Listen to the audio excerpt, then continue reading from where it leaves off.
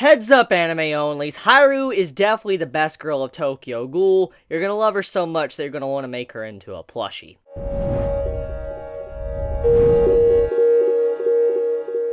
But anyways, can we talk about how this episode was comedy of the season? Like, the whole scene. Just look at this. Just look at how funny this looks. To the yelling from Tsukiyama's father. I was just laughing. Like, the start of this episode was just so awkward, I just didn't really know how to take it. Now, before you think I am trashing the series, I am not. The animation did look weird, not gonna lie. Animation art looked weird in those moments, but it was enjoyable, and it didn't really detach me away from how good this episode actually was, which that is something I want to dive into first. So, you know how I've been talking about in the recent episode reviews, how Tokyo Ghoul Re has gotten on track. It's like it's gotten on the right railroad track and it's going down a proper path with a good anime adaptation. Well, once again, solid episode.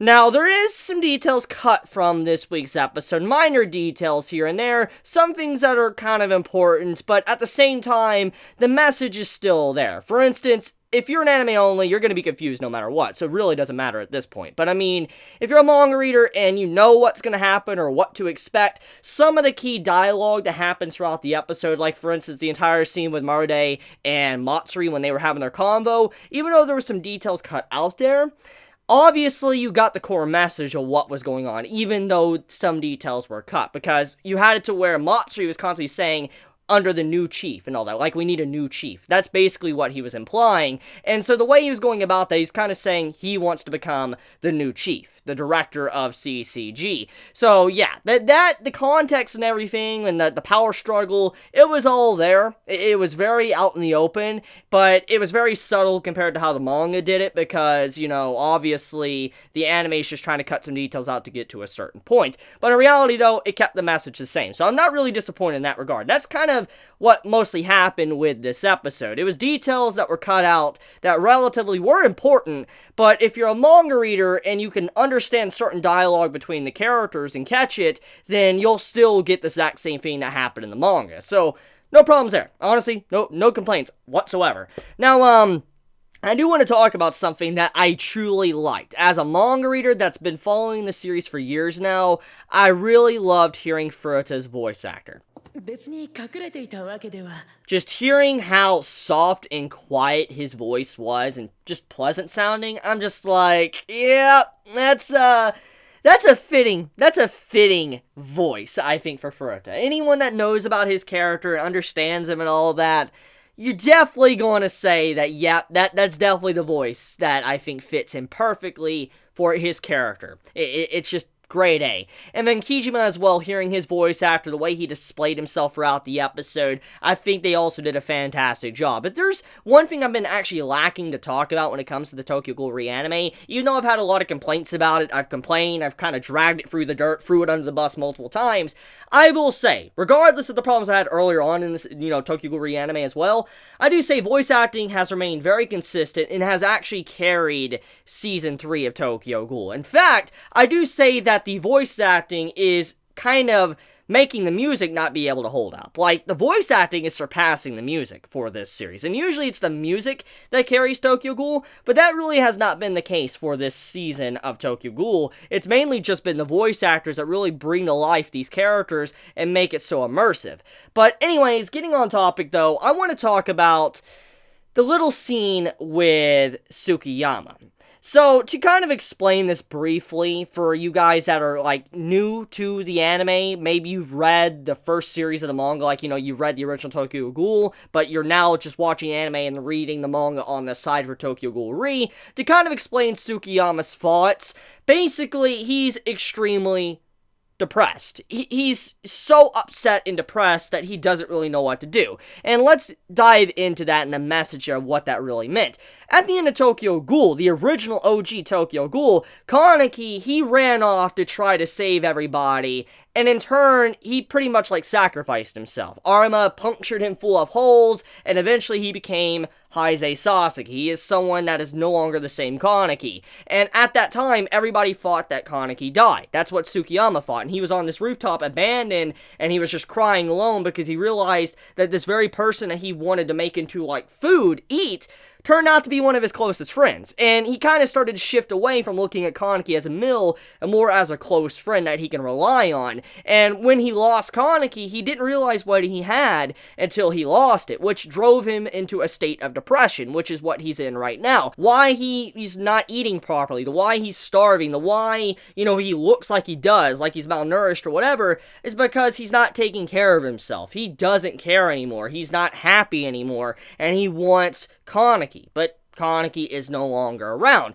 which that is why he's in a state of depression. So when you see those pictures offered to Kana in this episode from Chihori, she's like, look, give this to Tsukiyama.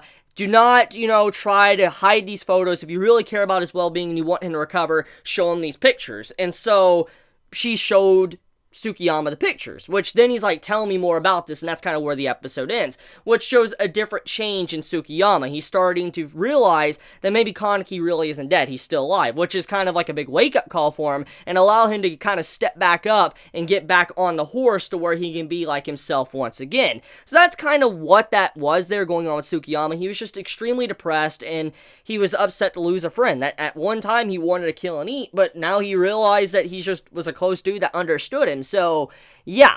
Anyways, let's also talk about this scene, Yoriko. So, most likely, if you have read the original manga, but you're watching the anime as a newcomer and you haven't, read ahead of Tokyo Ghoul Re, then this scene is going to be a little bit of a head-scratcher for you. Because even as manga readers, when we got to this part in the manga, many manga readers were just in a state of shock, honestly, because it was such a long time since Toka's friend was actually relevant. And yes, you heard me right, Toka's friend.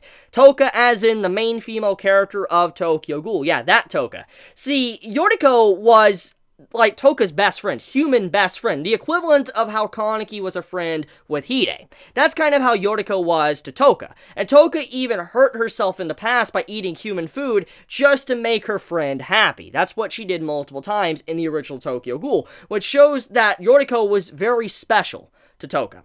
And now we see her reintroduction into Tokyo Ghoul Re, and at the time when the manga first came out and this chapter first came out, many were confused because they didn't really remember Yoriko, because in reality, she wasn't necessarily that important in TG. She wasn't really that frontline and center constantly with the story, so many kind of just put her into the back of their mind and forgot about her, which makes sense. I won't fault anyone for that. But when she was introduced, everybody was confused, so if you did not recognize her or remember her, do not worry. That actually, that was kind of to be expected, honestly. So yeah, Yoriko is back in the series, and obviously she knows about Toka. For instance, she's a friend with Toka, and then you have it to where, Kuroiwa, he's also there, and it seems like he has some type of obsession or a connection with Yoriko. So just when you look at these little scenes from the episode, yeah, that's just kind of giving context, that this is a person that was connected to Toka. So I think out of all the scenes that I kind of dislike the most, I would say it would be the mask scene. Now, I'm not saying the art and animation was bad, I'm not even saying that there was, stuff cut out from the scene. What upsets me about the scene is the fact that they did not give context or reason for why Heisei Sasaki was there in the first place. Now, in my last episode review, I talked about it, but I said that they most likely might add the reason to why he might go to the shop in the first place. And the reason is because when he received the mask, it was supposed to have, an address there saying what shop it was from. But we never got to see that in the last episode, and we never got to see it in this episode. So seeing Heisei Sasaki arrive at Uta's shop, you're just like, how did he get there? How did he find out and all that? Because there's bound to be a lot of mask shops around the city, so it's just not going to be easy to just find the right mask shop. I'm a little bit disappointed that little detail was cut out. I know it's minor, but it adds some consistency in how Heisei was even able to find it in the first place. It's minor, yes, but it is important. I don't know how many of you are very aware of Yoko Taro and all that, but Yoko Taro, the creator of Nier Automata, the Nier series, the design of Kijima's face, that actually is a reference to Yoko Taro that made Nier. And so the reason why we know this is because Ashita Sui, the writer of TG, is a big fan of Yoko Taro. He loves Yoko Taro's work. He even did an illustration for the recent Nier game that came out, last year. So obviously he's a fan. Obviously he designed Kijima off of Yoko Taro in the way he wears this certain helmet on. And I mean, that's just the way it's always been. But on top of that, to kind of dive more into Kijima's character, there is a lot about his past that Tokyo Ghoul Re will not really explain at all, which in a lot of ways is kind of a disappointing factor. Maybe we might have it to where Studio Clown might add it in, or at least the outsourced studio that is working on Tokyo Ghoul Re, they might add something in from Tokyo Ghoul Gel, which you heard me correct. See, Kijima's character, he stems from Tokyo Ghoul Gel, which was a game of Tokyo Ghoul. He was a character from that series that originated from that series, has like a kind of a dark past, and the man had his body and everything messed up thanks to a certain ghoul in Tokyo Ghoul Gel. The reason I'm not kind of going into certain details is because if you've yet to play the game, or if you don't really know much about it, I don't want to spoil that for you. But basically, the reason why Kijima looks like he does is because a certain ghoul messed him up in Tokyo Ghoul Gel, and that is kind of why he has that type of personality and design in this episode, and Tokyo Ghoul Re, just to give some context. But, okay, so anyways, let's get into the art and animation. So, besides the running scene to the yelling scene that was very awkward and all that, I have to say, animation was pretty spectacular with this episode, despite some flaws. Like, the overall Matsume fight with Haru at the end, holy crap, that looked a lot better than the Sato versus Heisei Sasuke fight. Like, what the hell? Like, okay, look, I know Studio Clown's been outsourcing every single episode, so it's kind of like probably different people working on the episode every single week. It's not the same people, it's not the same crew or anything, and I understand that there's going to be differences, but holy crap, that moment when, like, a very minor fight in Tokyo Ghoul looks a lot better than an iconic fight, which is Pineapple-chan versus Heisei Sasuke. Just like, really? But that art and animation kind of threw me for a loop. I just did not expect it to look good in this week's episode, but yeah, it turned out to be better than the previous episodes in terms of fights.